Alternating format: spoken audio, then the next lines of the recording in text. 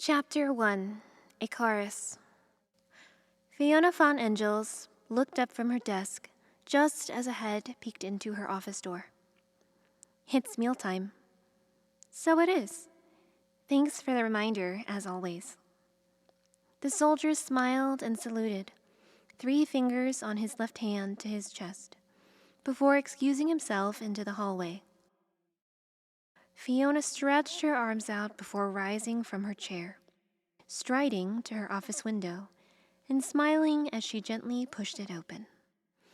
The breeze felt nice against her face, refreshing after hours of stuffy desk work. Her position being what it was, she worked in a rather high tower in the castle, so she could only admire the city sprawled out below. It was too hard to people watch from this height without a spyglass, and after Her Excellency had walked in on Fionna doing it once, she had never had the urge again. For the thought of the commander of the Holy Squadron doing something as mundane as people watching would sully her reputation if others found out. Her Excellency found it most entertaining, though, and encouraged Fionna to continue to protect the people in her own way. But that wouldn't do. Squad leader Fionna von Engels had to play the part. That meant working long hours, taking all the hard work upon herself, and generally being solitary, cool, stoic. It wasn't that she didn't want to talk to her colleagues. She just found it hard to speak to them for non-work reasons. Sometimes her head was so filled with tasks and planning, she completely forgot about saying, "Hello, how are you?" So the reputation she'd built was one of sheer competence, with a splash of aloofness. Some days, the most socializing she did was with the soldier assigned to reminding her to take her meals. She forgot one day, fainted, and when Her Excellency found out, she'd promoted one of the soldiers with the best memory to remind Commander Engels to eat 3 square meals a day plus tea, she had insisted. So Fionna ate, sometimes in her office, sometimes in the mess hall, but often alone. Soldiers rarely joined her table out of respect, and the ones she joined often didn't speak to her for the same reason. Sometimes she would attempt small talk, but in all honesty, it was easier just to eat her meals in her office. Today was one of those days. She wasn't particularly hungry, so she simply enjoyed a tea cake while she stared out the window. If she squinted, she could see dark shadows past the city walls, writhing against the barrier.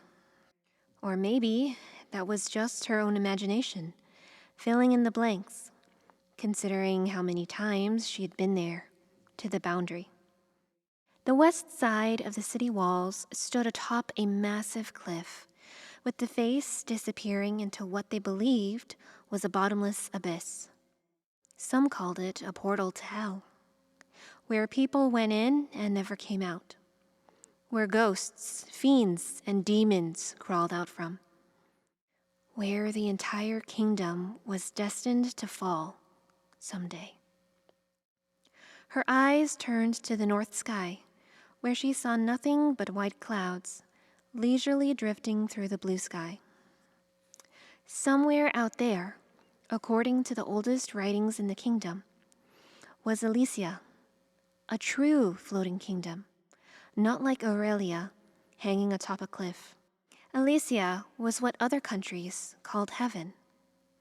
Other countries also called it a myth, a religious belief. But Fionna was living proof it was real. You see, Elysia was home to the most advanced civilization known to humanity. Guardians, or angels, to other countries. Guardians were everything that humanity was supposed to be. Intelligent, innovative, beautiful, benevolent, magical, powerful, and perfect. They had medicine for every ailment, magic and technology for every need. But like every perfect fruit, time sets in, and the fruit falls to the ground and begins to rot.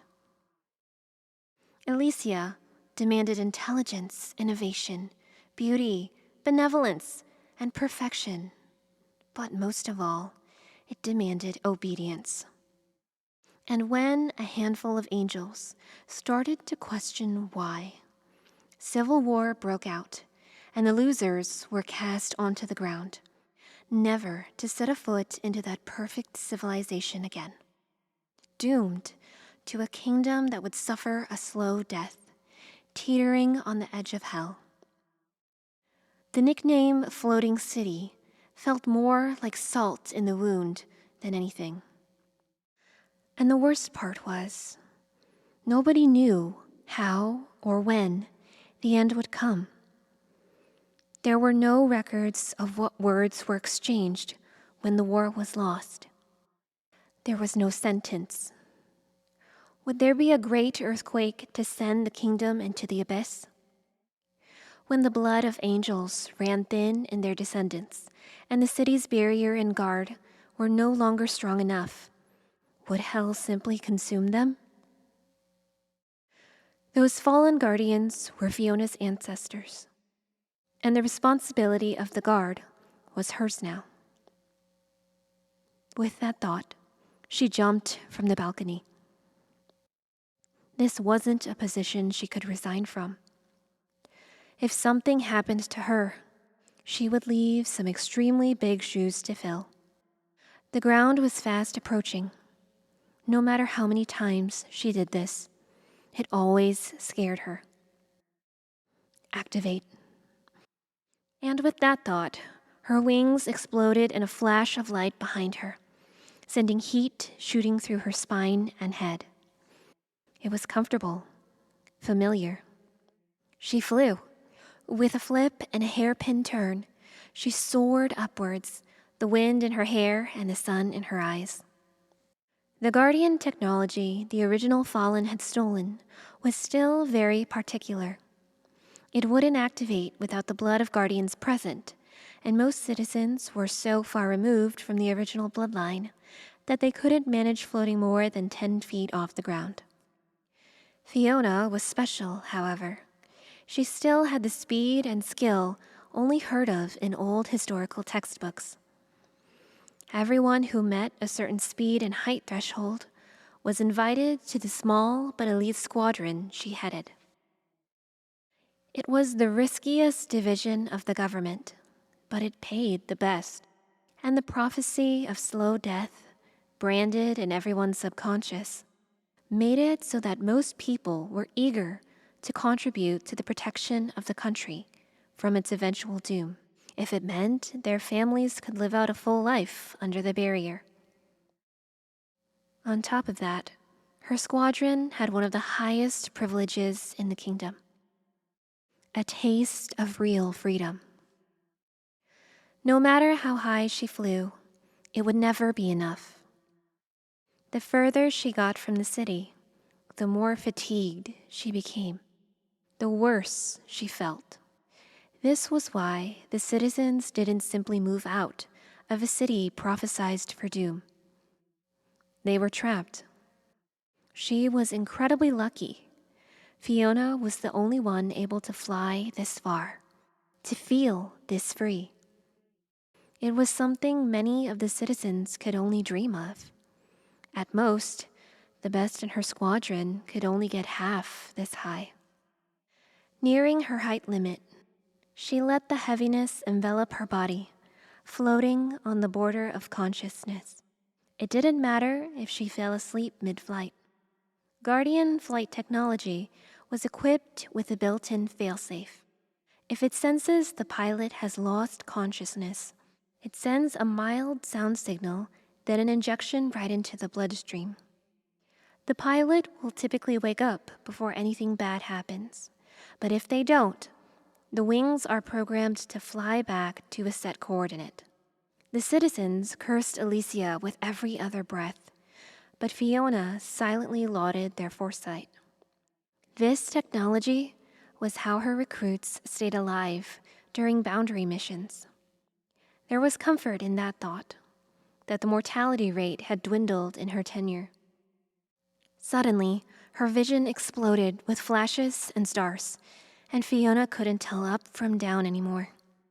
A migraine crept into her temples like tendrils digging into her brain. She felt like throwing up, but all she could do was endure, the same as always. "Find her," a voice boomed in her head. She saw a girl with long hair the color of cotton candy. She was crying. She was running. She was lost. Fionna could discern the blurred shapes of the outer forest in the background, the one with trees that looked almost pink at sunset. "Find her, please." The desperation was certainly new. When Fionna was plagued with visions, they were always accompanied by debilitating migraines. She hated them, but had to concede that they were why she was such a good tactician. But this was the first time there had ever been a voice. A sound signal from her flight system brought her back to herself, and she gasped, then corrected her dizzying, spiraling flight pattern. The pain subsided as quickly as it arrived, and she was left wondering what it all meant, what anything meant. She paused, still catching her breath, hovering in the air. She glanced east, towards the outer forest, and flew again.